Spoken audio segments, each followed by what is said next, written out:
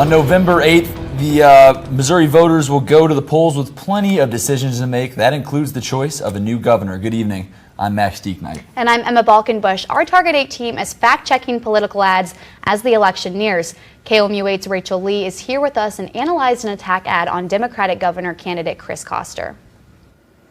The ad released by Eric Greitens' team paints Koster as a career politician who wants to ruin health care by expanding the Affordable Care Act in Missouri. I sorted out Greitens' claims to find the truth behind buried and complicated legislation. Chris Koster supports Obamacare. Chris Koster wants to expand Obamacare by billions here in Missouri. I drove to St. Louis to talk with the Vice President of Health Policy for Missouri Foundation for Health, a foundation that focuses on expanding coverage. He told me the ad confuses two different parts of the Affordable Care Act. So expand Obamacare is sort of really high level. Yes, you're expanding Medicaid, which is a component of Obamacare. So it is, the Medicaid expansion is within the Affordable Care Act. So, yeah.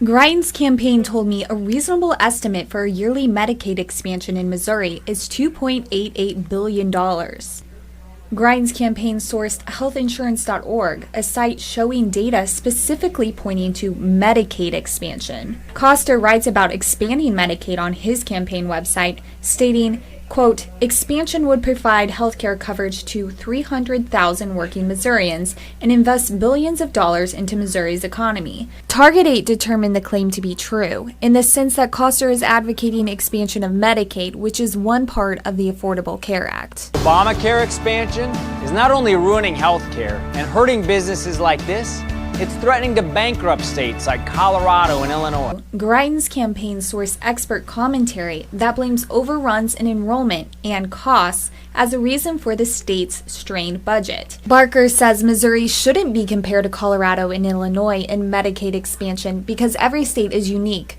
Additionally, this claim includes opinion, so Target 8 determines this claim to be incomplete. Barker told me some businesses see savings, while others see increased costs, depending on the employer's health insurance plan. So the Affordable Care Act is a large piece of legislation. There's lots of different components. The components that are about insurance rules, regulations, and what employers have to offer in their insurance plans, that is a completely different component than the Medicaid expansion part. So the ad sort of conflates these different parts of the Affordable Care Act and tries to say they're related, and they're really sort of separate parts. I reached out to Koster's campaign but didn't get a response. In Missouri, the governor can't expand Medicaid by himself. If elected, Koster would have to work with the state to expand Medicaid. In the studio, Rachel Lee, KOMU 8 News. It looks like the race for governor is going to be a close call here in Missouri. In a final push to get undecided voters, Chris Koster rallied support in Warrensburg today. He touched on his vast political experience, something he says his opponent lacks, plus his passion for agriculture and education. Koster wants every district to have kids in school 5 days a week. A retired school teacher shared her thoughts on Koster's plan. Making sure that all children get a good education and that the funding is there for not just the larger schools, but for the smaller schools also. Eric Greitens was also on the campaign trail today visiting Owensville. A battle between tobacco companies, a possible raise to the lowest tobacco tax here in the nation, and Missouri voters are caught up in the middle of it. Tobacco companies are pouring millions of dollars into Missouri with not one but two tobacco proposals on the ballot on November 4th. Amendment 3 has gained the most attention. It would raise cigarette prices by at least 60 cents. Meanwhile, Prop A would raise it by 23 cents. But what happens if both pass? No one seems to know the answer to that. Well, nobody really knows what happens if both Proposition A and Amendment 3 pass. What we believe will happen is, of course, somebody will probably sue somebody for something, which means the courts will ultimately be involved. The state's constitution says in a situation like this, the one that gets the most votes trumps the other. Currently, Missouri has the lowest cigarette tax in the nation at just 17 cents a pack. Here's what's happening right now. 2 Missouri police officers are recovering after being shot this afternoon. The 2 officers were responding to a disturbance call right before 3 p.m. Authorities say that's when the suspect came out of his house and opened fire. Both officers were hit in the face, shoulder, and arms from a 12-gauge shotgun. Police say the suspect surrendered and was taken into custody. Both of the officers are expected to make a full recovery tonight.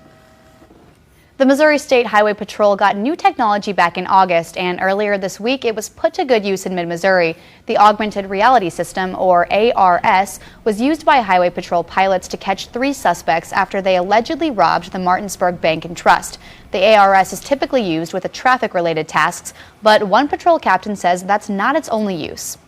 In an occurrence like this, for example, where you have a high-speed chase, whether it be from an armed robbery or some other type of crime, it allows, again, those pilots to be much more efficient in following those suspects and also knowing exactly where they're at. Hott says the pilots really like having the new technology and that the ARS also helps troopers be safe when chasing suspects. We had some nice weather today, but will it stick around for the weekend? Let's send it over to Michael for our answer.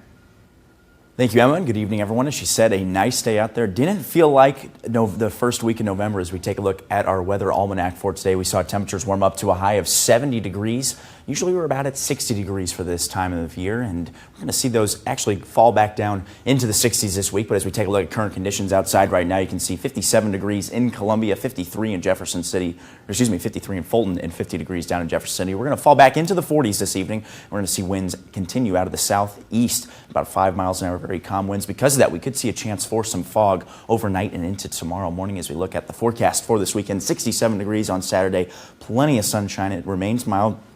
As we look at Sunday, a high of 66 degrees. We are going to see a chance for rain by Tuesday or maybe even Wednesday this week. We'll talk more about that, and we'll also talk about how it's time to turn those clocks back. The unseasonably warm temperatures outside won't stop people from starting their gift shopping, and the City of Columbia wants to help. KOMU 8's Kristen Reeser is live downtown with how local businesses are getting in the holiday spirit.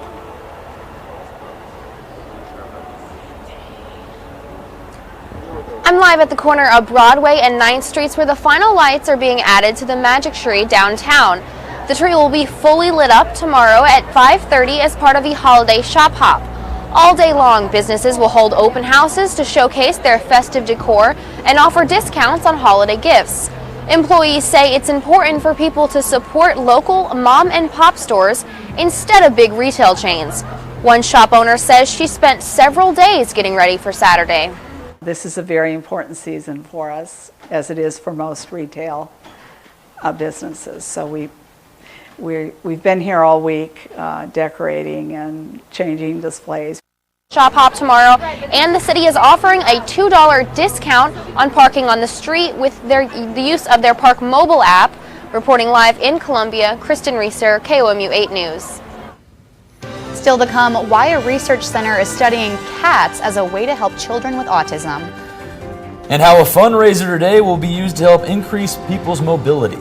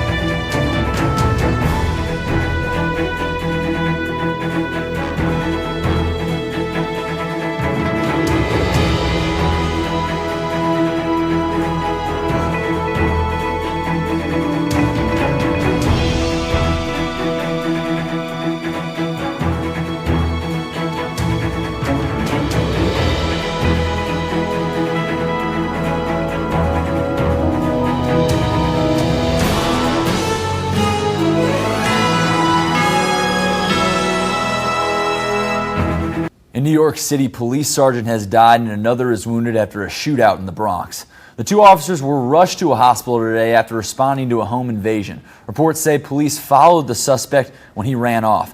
There was an exchange of gunfire when one officer was hit in the head and the other was hit in the leg. The suspect was shot and killed during the shootout. 3 people were stabbed and treated for those stab wounds this afternoon at Rutgers University in Brunswick, New Jersey. The school tweeted out an alert that there had been a stabbing at the business school on campus. Shortly after the suspect was taken into custody, there's still no reasons to believe that the stabbings, there's still no reasons for those stabbings. A bizarre case in Pennsylvania where a mother and father are facing charges after the mother allegedly killed one of their children. 21-year-old Christian Clark threatened to kill her 2 kids via text message to 23-year-old Andre Price. Price didn't call the police and is facing 2 counts of child endangerment. After 2 hours of angry text messages, police say the mother sent Price a video of their 17-month-old son's lifeless body. Police say Clark smothered the child and is accused of trying to suffocate the other child.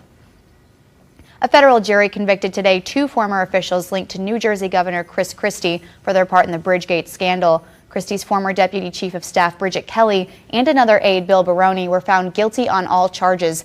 Each of them faced charges of conspiracy and wire fraud for calling 4 lanes on the George Washington Bridge to close in September of 2013, causing a massive traffic jam. Kelly and Baroni were punishing a Democratic mayor who would not endorse Christie's 2013 re-election. Our researchers in Colombia are working with some furry friends to improve the lives of children with autism.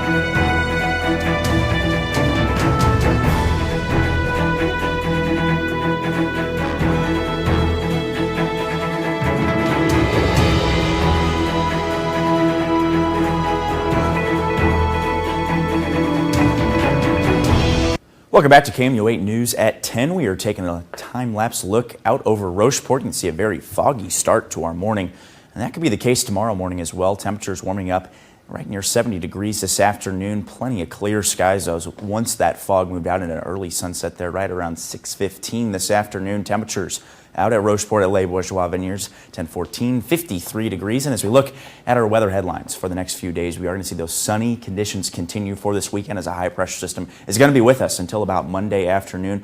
Cooler temperatures are expected, but they are going to be above average still for this time of the year. And of course, we are going to fall back early Sunday morning, so remember to set those clocks back before you go to bed Saturday night. Looking at temperatures across the Midwest, 55 degrees in St. Louis.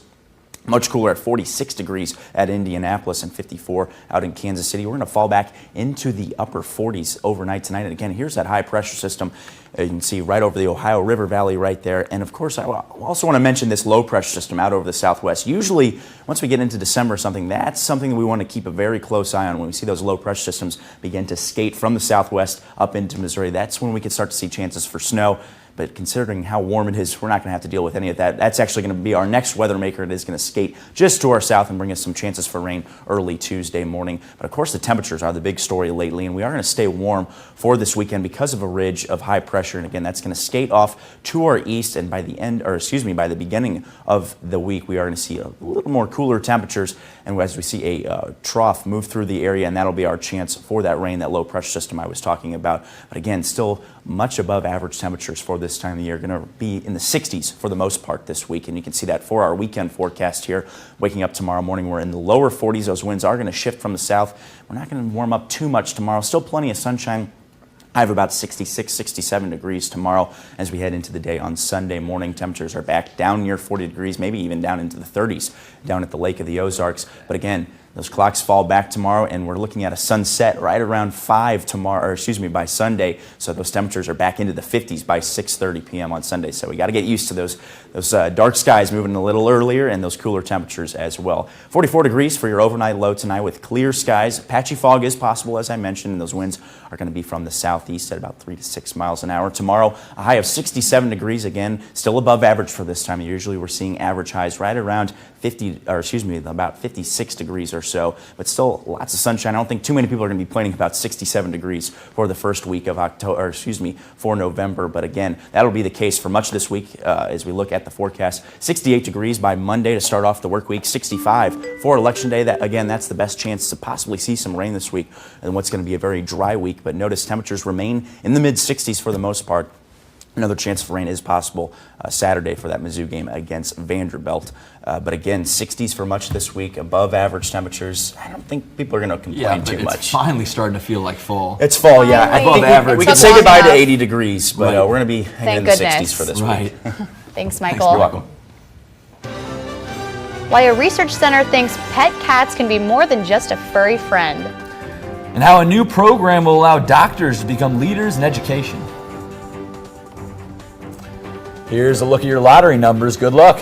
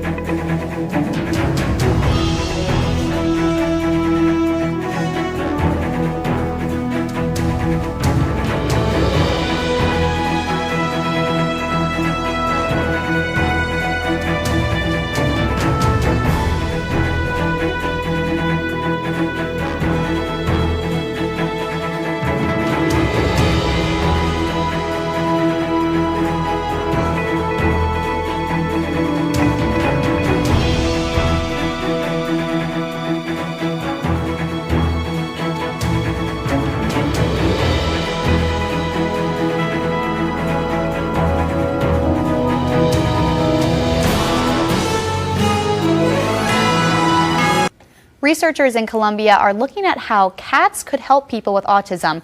KOMU 8's Emma Frazier has more on how these feline friends are making a difference. Cats are the most common pet in America, but researchers think they might be worth even more. The Research Center for Human-Animal Interaction is studying whether cats, just like this one, could be helpful for autistic children.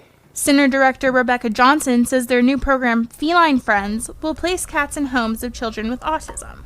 We'd like to learn to what extent having a pet such as a cat, which is a nice, quiet, soft companion animal, is beneficial for our children's social interaction and anxiety.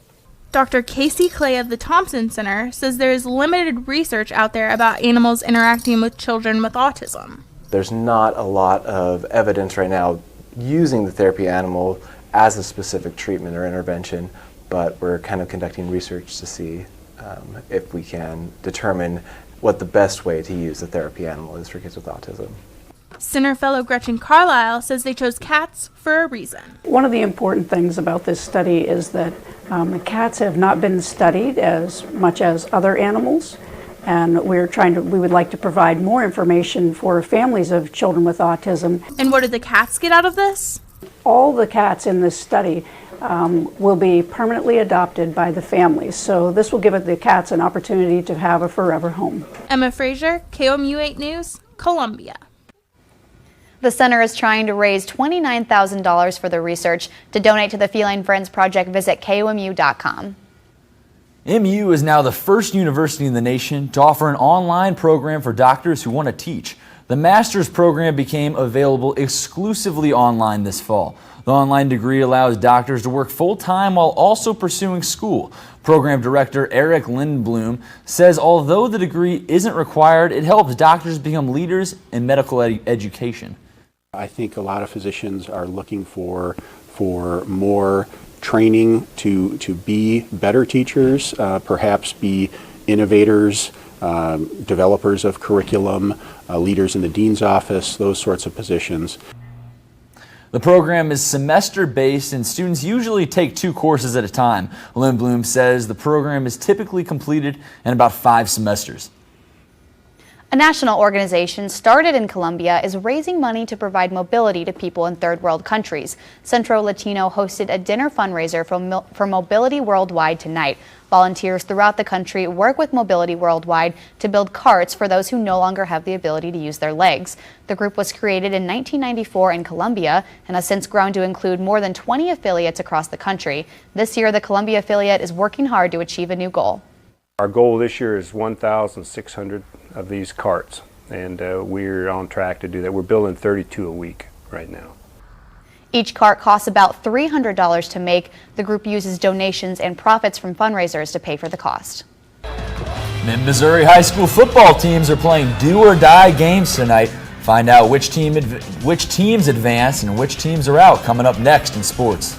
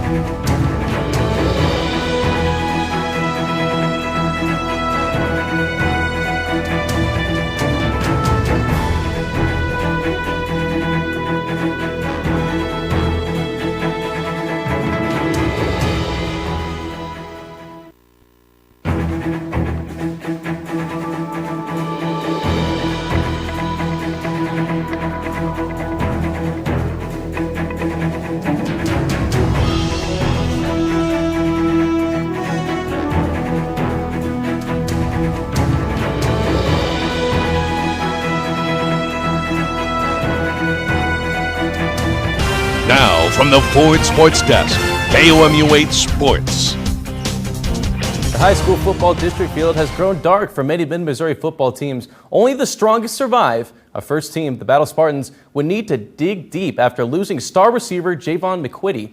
The Spartans played host to the Belton Pirates at home for this one. We'll see in the first quarter. Battle's Brevin Tyler going to get this one going early. Moves outside because of some pressure. Throws one up and finds his brother Dre Tyler for a nice back shoulder catch in the end zone. Battle took an 8-0 lead in this game. Belton would strike right back though. Dylan Smith punches in a short touchdown, game tied up at 8 apiece. Brevin Tyler doing all he can to keep the ball on the option play. Runs it all the way for the touchdown. Battle up 14-8. After trailing at the half, Battle would go on to beat Belton 52-29. Blair Oaks played host to Southern Boone in this Class 3 District 6 finals. First play of the game, Southern Boone fumbles the ball and Blair Oaks recovers, setting them up in the red zone. The ensuing possession, you'll see after they get the fumble, Nolan Hare rolls to his right and finds Ben Thomas for a diving touchdown reception. Blair Oaks leads 8-0. Southern Boone had the game tied at 14 at one point, but Blair Oaks ran away with the game after that as Brendan Brown puts Blair Oaks up 29-14 with a 40-yard touchdown reception. Blair Oaks is your Class 3 District 6 champions. They beat the Southern Boone Eagles 56-28. Centralia at the Macon Tigers for this one. With this field painting, Macon was honoring their superintendent who was just diagnosed with leukemia. First quarter, Panthers strikes first. Jackson Evans takes the handoff, goes up the middle for a touchdown. Second quarter, after giving up another touchdown, Nolan Bright takes the ball and gets Macon on the board. Macon down 13-6. But Centralia proved to be way too much as Zach Townsend scores this long run on the sideline. En route to victory, Centralia defeats Macon 35-6. Elias traveled all the way up to Hannibal. It's a long drive for a Week 1 rematch where the Pirates won 19-14 behind quarterback Trevor Watson. After a strong opening return, Elias' running back Blake Veltrup struggled to find any type of running room. Running into red jerseys left and right, both teams had multiple winning streaks leading to this one. Interception by Danny Colburn set up good field position for tight end Lawson Rickey to make his way to the end zone for 6 on the ensuing possession. Hannibal took the lead and saw it through. They win 21-14 for a second win over Elias this year. Eldon visiting undefeated Owensville in the Class 3 District Championship. The Dutchmen coming out of the gates and taking chances. 4th and 13, no less. QB Wyatt Ellis finds receiver Robert Wyrick over the top, a 35-yard touchdown pass. Owensville up 75-0. The traveling Mustang crowd looking for something to cheer about. They find it later in the first quarter. Owensville running back Tanner Rector fumbles the ball on the 20-yard line. Eldon falls in it. That sets up Trenton Kidwell. He knows what to do. He's been there 10 times. That's his 10th score of the year for the Mustangs. But Owensville comes all the way back to win this one pretty handily by 20. They win 47-27 and claim the district championship. Time to lace up the old Jordans and get ready for some basketball. Mizzou hoops are soon to be back at Mizzou. Tonight, the Tigers faced off with the University of Central Missouri Mules in exhibition play. This game was special for Missouri head basketball coach, Kim Anderson. He once coached UCM to a Division II championship. This exhibition game would be dominated by all the new faces. Here's freshman Willie Jackson collecting the air ball and makes some space, buries the layup. Later, here's Jackson again getting the steal and finds cutting sophomore Jordan Geist for the easy layup. Finally, here's fellow freshman Frankie Hughes getting fancy, throwing a ball to his fellow man Jackson for the layup. Scores easily. Mizzou goes on to win this one relatively handily, 66-59. Game day is coming up in South Carolina as they prepare for Missouri, which means South Carolina fans will be out grilling early. KMUH's Jacob Kornhauser is live at South Carolina to tell us a special tailgating tradition they have. In Missouri, you may have had some creative tailgating experiences, but you likely have never tailgated inside a train car. That's exactly what they do out here in South Carolina. They call it the Cock-a-Boose. Now you take the South Carolina Gamecock mascot, combine that with a train caboose, you get Cock-a-Boose. This all started in 1990. The team was not very good. The fans wanted a way to kind of forget about that, have some fun before, during, after the game with a tailgating experience. It's essentially like having a living room to tailgate in outside of Williams-Brice Stadium. Now, it's for some of the wealthiest fans in the country and in South Carolina. $300,000 is how much one of these sold for in 2014. Not cheap. We're going to take you inside one of these cockabooses tomorrow morning. It is South Carolina's homecoming. It is South Carolina's homecoming tomorrow, so people will be out in full force grilling, doing all of their homecoming festivities. We're going to take you inside there, show you exactly what makes that one of the most unique experiences in college football. Reporting live in South Carolina, Jacob Kornhauser, KMU 8 News.